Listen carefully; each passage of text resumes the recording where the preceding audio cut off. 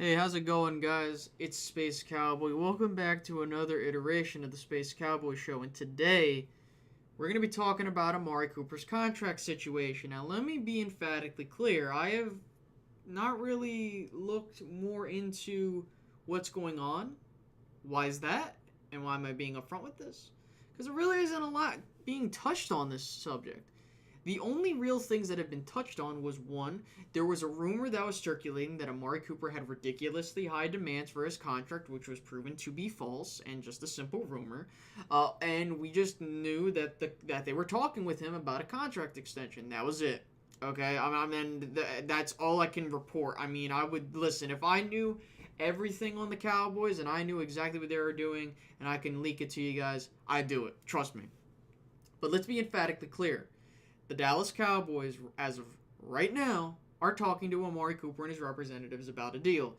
But they haven't really progressed anywhere. Now, is this because they're being stubborn? No. You gotta understand, guys, that contract negotiations take some time to do, especially when it's especially when it's the second contract. Typically, the second contract that a player receives, especially a star player, is the longest of all of them. Why? It's the first time that they're doing a real contract negotiation, and there are many other factors that lead into it. As we remember with the DeMarcus Lawrence situation, it took us until probably about a week before the draft before he got his new deal. That's like a month, a solid month, I would say. And obviously, we're far ahead of the draft, and the only contract that's really seen a lot of progress is Dak Prescott's deal, which is understandable. Okay, that is justifiable in its own means, and I can get to that on a later time. However, in regards to this with Amari Cooper, why has his contract talks not progressed anywhere? The answer is plain and simple. In my opinion, it's two things. The first thing is that Amari Cooper on his side and this is a theory. I'm not saying that this is true. Please do not say that what I'm thinking is what actually is happening. My hypothesis is that Amari Cooper and his representatives are waiting for Julio Jones to get a new contract before they progress and start a new deal. On his part, that's smart. Why is that? Because if he thinks that, and keep in mind, Julio Jones, one of the better wide receivers in this league, if he thinks, okay, this is where the market is, I think I can get a lot more than that. And let me be clear. Amari Cooper is going to be worth it, especially with what he brings to this team. Okay? And another key aspect. Cowboys are just trying to find a way to... They're trying to make sure that everything's going aligned in place. They're taking their time with all their next contracts that are coming up. That's another thing. So the contracts on the side of the organization, they're taking their time trying to make sure things will work out.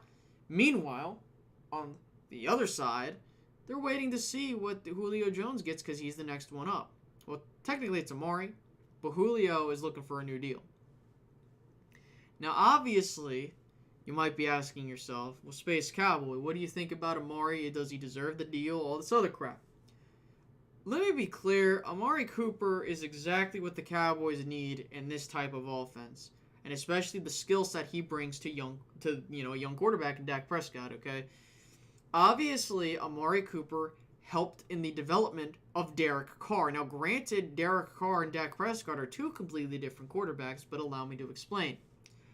When you have a weapon that is as versatile as Amari Cooper in terms of his route tree and the skill set he has, his explosiveness, and your ability to use him in certain instances, he's perfect for a young quarterback because he's quarterback friendly in the sense of that, especially for a skill set like Dak Prescott where he needs wide open receivers that run good routes, okay? Granted, Derek Carr is the same way. I would say that Derek Carr has a bit more of a gunslinger mentality to him. But if you watched Amari Cooper in his first 2 years with the Raiders, he helped Derek Carr become a whole lot of a better quarterback. And while Derek Carr, numbers-wise, might have dipped over the past 2 years, let me be clear. Derek Carr and Amari Cooper together helped each other out. Amari Cooper ended up reaching the Pro Bowl 2 times with the Raiders, and Derek Carr reached the Pro Bowl 2 times with Amari Cooper under the belt. Well, and then this year technically, but still.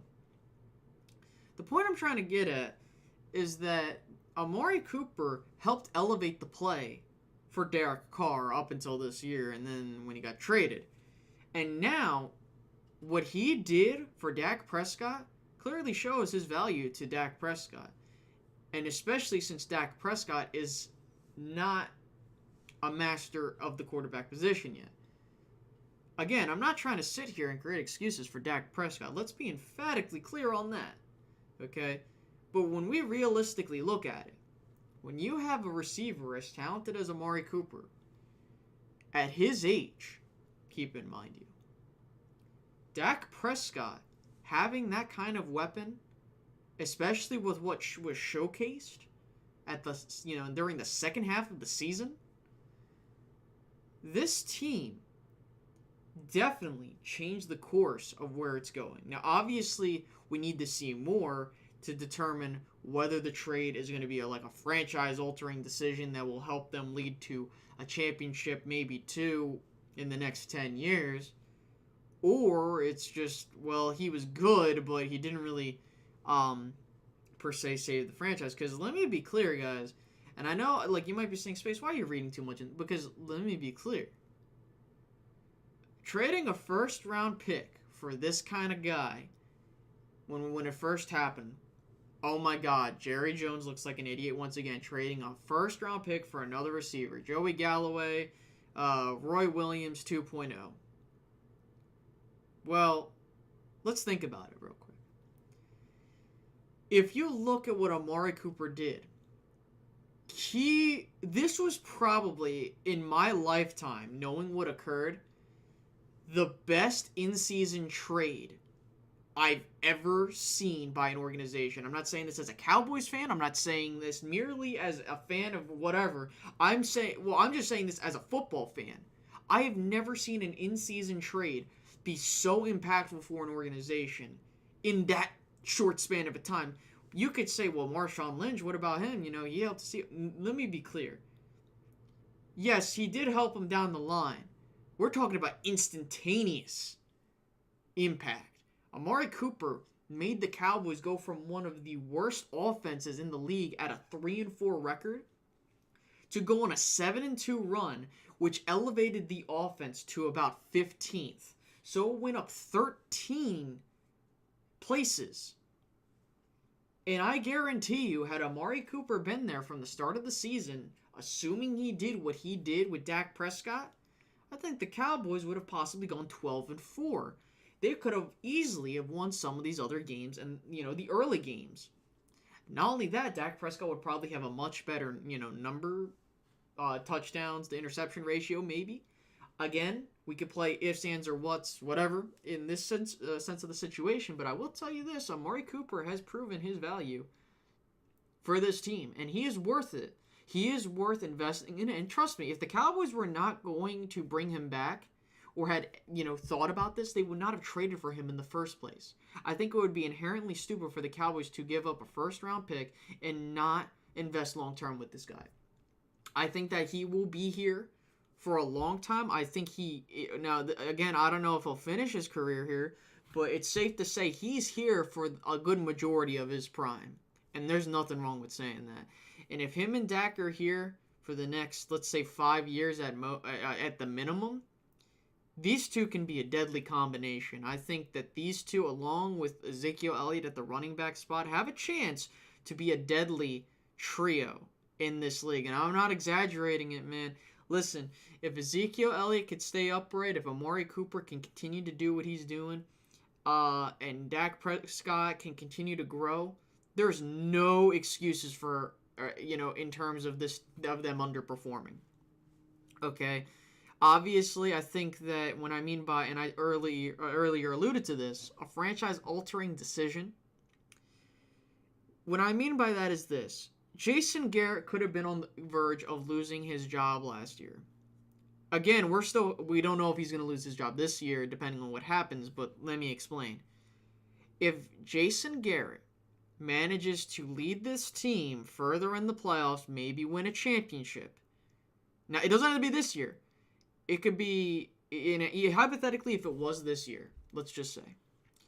It would have, if Amari Cooper manages to do, not that him single-handedly would be responsible for this, but if his talent was all we needed to course correct this offense to make Dak Prescott a more proficient quarterback, make the offense more, more open, along with what's going on, we could be looking back at this 10 years from now and saying, wow, the Cowboys really did pull off the steal of the century, especially if the Raiders, their pick, whatever their pick was, I forget, I think they took Jonathan Abram, if I remember, with the Cowboys pick that we traded.